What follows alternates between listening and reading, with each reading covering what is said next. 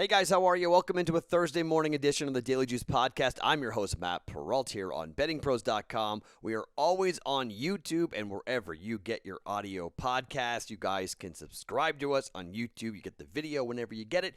And BetMGM's got the great offer. It is a $10 bet to win $150 on any event. You win it in free wagers with that promo code JUICE150 when you sign up for a new account with BetMGM. That's promo code JUICE150, $10 bet, $150. JUICE150 is the code we are now using.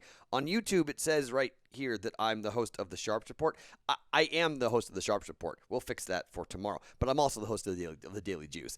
The Sharps Report, by the way, our latest edition is out with Las Vegas Chris on the Circa Million and football betting contests and Survivor contests. Great tips if you're going to enter into a football betting contest, football picks contest. Las Vegas Chris, who came in second place in the Circa Million, had two teams, came out in second and fifth last year in the Circa Million 2. He is the guest this week of the Sharps Report. Go and search for the Sharps Report where you get your podcasts, and you will see it and listen to it. It's a really fun conversation with a super sharp guy who's going to give you great advice when it comes to the Circa Million or any picks contest you may be in or a Survivor pool you might be doing this year in your NFL betting fun.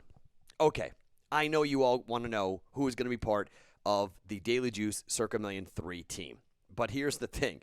When people work on the East Coast and I'm on the West Coast, time differences click in here. So it's 9:30 here on the West Coast. I've been waiting to see if we were going to pull it because the deadline was midnight tonight, Eastern time, to register. So I know BettingPros wants to keep going on the rules, right? We told you guys Wednesday at midnight was when we'd pull the names.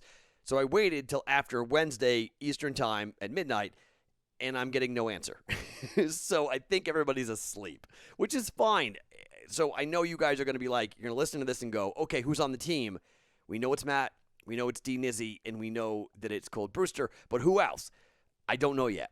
All right? I'm sorry, I don't know yet. I will 100% tell you in the Discord channel. I will tell you as soon as I know the three names. I will tell you on the podcast tomorrow night as well. I will jump in and tell you who's going to be on the on the team. I'm going to sign up for the team today. Okay, so I'll take some pictures of us signing up, the Daily Juice for us for the podcast team, or for the Daily Juice podcast Circa Million team. I'm entering a personal team as well, so I'll sign two teams up coming up here today, and then away we go. And here's the thing that's a little bit quirky, okay? So I have to fly to California, to Northern California on Friday afternoon. I'm in a wedding on Sunday. I fly back Sunday night. I have to make all the bets and I have to make all the plays here before I leave because I bet with Vegas Books, and you can't enter into the Circa Million unless I want to drive to Reno and get in a car and drive all the way to enter in the picks. I need to do it before I leave. So we are probably not going to have a Discord chat for week 1 of the NFL. Now, we'll have it for every other week. I just don't think we're going to be able to get the team names, to get everyone together, to find a time when to do the Discord chat, and then do it right before we have to have everything in by Friday at 3 o'clock when I get on a plane to fly. So 3 o'clock Pacific. So that's kind of what's going to happen here. So we're probably going to announce the team tomorrow. I will do some quick accounting, find out what everybody feels like. We may be able to jump on a Discord chat on Thursday night, tonight. But I don't know if that's going to happen or not. So just heads up, it may be a little quirky because this wedding is screwing everything up. Now, I did tell you the big announcement already on the Discord channel, but I'm going to tell you here to remind you. All last year, I did a live stream on Sunday, right? It was an 8 a.m. Pacific time, 11 a.m. Eastern time live stream on this very YouTube channel that I am on right now, but also audio, but for video. Dan Harris is joining this year. Dan is going to give you guys the player props and I'll pick and choose as to which ones I like and which ones I want to play. But Dan's going to give us his best prop bets coming up here on the live stream for YouTube. So it's me and it's Dan. And on Sunday, it's going to be great because I'm going to be in a California hotel room. It's going to look funky. Dan and I are going to be on there together to give you an hour conversation about line movements, about games, about picks, plays, thoughts, And since we're not doing the DraftKings contest together because it's a whole long story, but we're not doing it together. So you're getting Dan and I still to give you our favorite plays for an NFL Sunday coming up at 8 a.m. Pacific, 11 a.m. Eastern Time every Sunday right here on the YouTube channel. So that's why it's important to subscribe, because you'll get a notification as to when we go live every Sunday. So in case you missed that, Dan Harris and I every Sunday on the YouTube channel, Dan doing props, me doing betting and picks and plays and line movements and money moves and everything else, everything I'm hearing and whatnot. I'm going to pass that along from the betting side. Dan's got the prop bet side.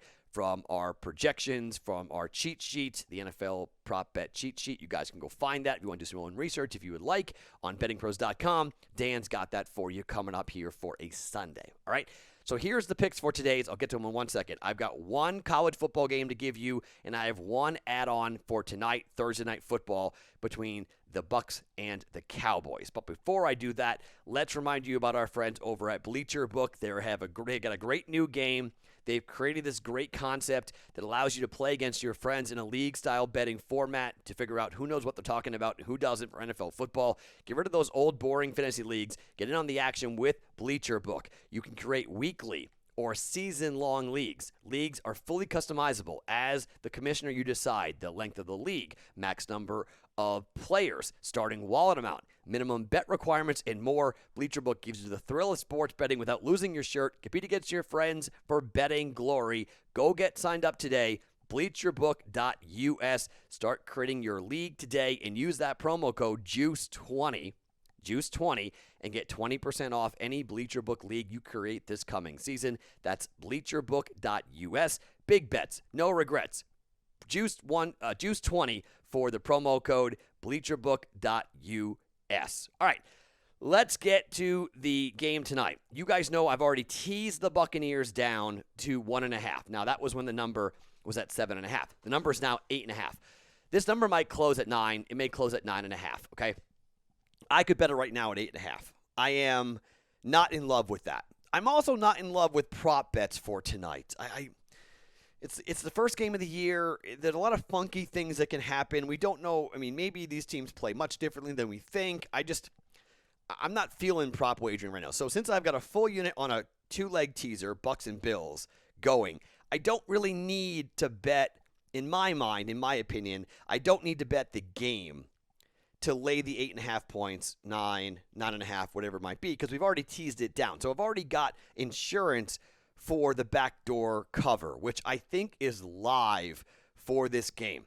I think the Cowboys are live to cover this spread by 7 or 8. I think there's a possibility for a late game touchdown or maybe a late drive or something that I just don't want to fool around with. I just know that Tampa wins. We cash the first leg of the teaser, and we've got Buffalo going on Sunday. So I don't want that to be the only bet we've got going here. But since I'm not in love with prop bets, really, if that changes, I'll tell you in the Discord channel like I always do, bettingpros.com/chat, or the link underneath me here on YouTube. But let's talk about the first half. Okay, first half number is 4.5. It's a good number, right? 4.5 from 8.5. That's where it should be. The number was actually 5.5. When I looked at it this morning, it was 5.5.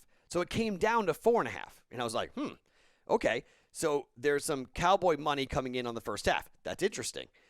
4.5 is a number I like a lot. In 2020, the Buccaneers were third in the NFL in first half points with an average of 15.9 points scored per first half. They averaged 16.1 points per game at home in the first half. So that's with nobody there. That's with no fans really and just an empty stadium. We're dropping the banner here, okay? We've got a ton of emotion, and I think the difference is where the Patriots struggled in their games on Thursday night standalone. I think the difference is I think this is going to be kind of cathartic for the team. They played all last year without a full house. And because I think home field this year in football in general is going to be really big, I do expect the Buccaneers to get a big jolt from their home crowd. And not just offensively. I think defensively they're going to get a gigantic jolt from this. Now, Dallas has Dak Prescott back. Dak not playing really hurt their average. They averaged 12.9 points per game in the first half. It dropped off significantly late in the year. They averaged 11.6 points per game on the road, but again, the injury to Dak Prescott. But if they don't have their best offensive lineman in this game due to COVID-19 and Zach Martin, I think the offensive line not having him is a massive, massive deal, in particular early when I think this defense is going to be ferocious. They can pin their ears back. I don't see Zeke having a very big game running the football against this defensive front. I mean, it's hard to run on this fully healthy Tampa Bay Buccaneer defensive line. And then if the D-line can take care of the running game, the linebackers are going to get after Dak Prescott, and it's going to be a long day. I don't care about CeeDee Lamb. I don't care about the receivers, okay? I think it could be a really long night for Dak Prescott and company if this defense can eat and really get after the Cowboys. I don't love this Cowboys defense. They were really bad last year, and this team in Tampa talked all camp about how they wanted to show that their offense could be more explosive and more connected. They had more time together. They felt better. Brady, now with the knee, that's fine. They want to go out there and put on a show. I think in the first half, I think the Bucs are going to run the Cowboys off the field in the first half. I just don't think it's going to be happening in the second half. That's my concern for that 8.5-point total. I'm worried about a backdoor cover for Dallas. I'm worried about, the Bucs saying, okay, they're up by 21 points in the third quarter, and they're like, we're good. And then all of a sudden, here comes the Cowboys, and they're scoring 2 touchdowns in the fourth quarter, and they lose by 7. And we don't cover. We cover the teaser, but we don't cover the 8.5. So that might not happen, but that's my concern. I can see a 7-point win for Tampa. So because of that, we're going to go first half here, okay? Tampa Bay, first half, -4.5. You can fade or follow this, okay? And people are going to disagree with this pick. I can already tell you that there's going to be hell no picks. We're not doing this. Dallas is going to come out of the gate. They're going to run the ball down the throats of Tampa. They're going to be distracted because of all the pomp and circumstances. That's fine. But I'm going full unit on the teaser. I'm going full unit on Tampa first half, -4.5 here at home with a chance to get off to a really fast start. Use Brady, use the offense, Mike Evans and company, pick up big yardage, exploit that defense early. First half, Tampa Bay, -4.5 is my play for tonight. So 2 plays, but 1 play that will cash tonight, and 1 play, unless they don't cover the 1.5, will not be determined until the Bills play against the Pittsburgh Steelers. We'll have more teasers coming up as well. Okay, there are a bunch of games on Friday for college football. One in particular, Coastal Carolina against Kansas, I'm watching. I like Coastal -25, okay, but I want that number to kind of settle a little bit. It's been ping-ponging around. 24 is not a key number, or 25 is not a key number, but it feels like whenever it gets to 24.5, it goes right back to 25. And then when it goes to 25.5, it goes right back down. So whatever reason, the books and the pros feel like 25 is the right number for this game. I want to watch it go just a little bit before. I like Coastal a lot here in this game. Kansas, I don't think scores very much. I might do a Coastal Carolina team total bet. That might be a better play than just expect them to cover 25 points in case Kansas can stick around and score points on that Coastal defense. So I'm a little bit in between what I want to do with Friday night with Coastal. So I'm not there yet. But I am going to give you the other big rivalry game of the weekend here, okay? So we have Iowa State -4.5 against Iowa. Home team rivalry game. Same logic going into Utah and BYU here. Utah's laying 7 on the road. This number opened at Circa Sports at, I think, 2. It went immediately to 5. Okay, sorry, to 7, okay? And then it stopped. And it has stuck at 7. It hasn't moved. I don't think we're going to 7.5. And I think the reason we're not going to 7.5 is because of this. 8 of the last 10 Holy Wars, BYU and Utah, have been decided by 8 points or less. Now, the last time this game got played was in 2019. No game last year due to COVID-19, much like Iowa State. BYU, well, they lost the game 30-12, but it was 9-6 at halftime, and then 3 turnovers in the second half with 3 touchdowns for Utah blew that game open. That should have been a tight game. Mistakes for BYU led to Utah winning that game 30-12, okay? Utah snuck past Weber State last week. Not a game I'm worried about. Utah's a very good team. They were just doing kind of what Iowa and Iowa State were doing, or mostly Iowa State, just like get the win and move on, right? Utah returns 19 starters from a team that went 3-2 last year. Charlie Brewer back, quarterback, dominant offensive line, really good defensive line. And, well, a lot of people think Utah is a sleeper team in the Pac-12 that could be really, really good this year. For BYU, they beat Arizona last week. They looked pretty good doing it. Jaron Hall is back for a quarterback spot. Just 11 starters return, however, 7 on offense, 4 on defense. That's a little concerning. But the offense coming back with the offensive line coming back is really important here because they got to play ball control. They got to keep the football away from Utah. The last win in this series for BYU was in 2009, and they are absolutely desperate for it, okay? BYU plays 3 Pac-12 schools to start the year, and this is probably going to be the best one of the 3. They played Arizona last week. They play Utah coming up on Saturday, and then next week they play Arizona State.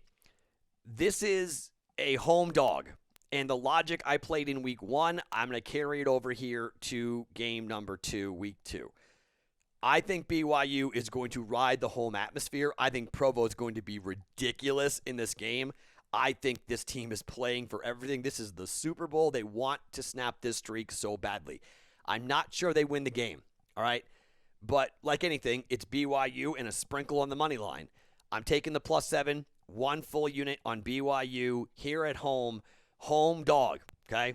Like last week, I'm taking home dog, a chance to open up in front of your home crowd against a team they've not beaten since 2009. They've been hearing it over and over and over and over again. This is, much like Iowa State, an incredibly passionate team trying to snap a rivalry losing streak. I think Iowa State does it.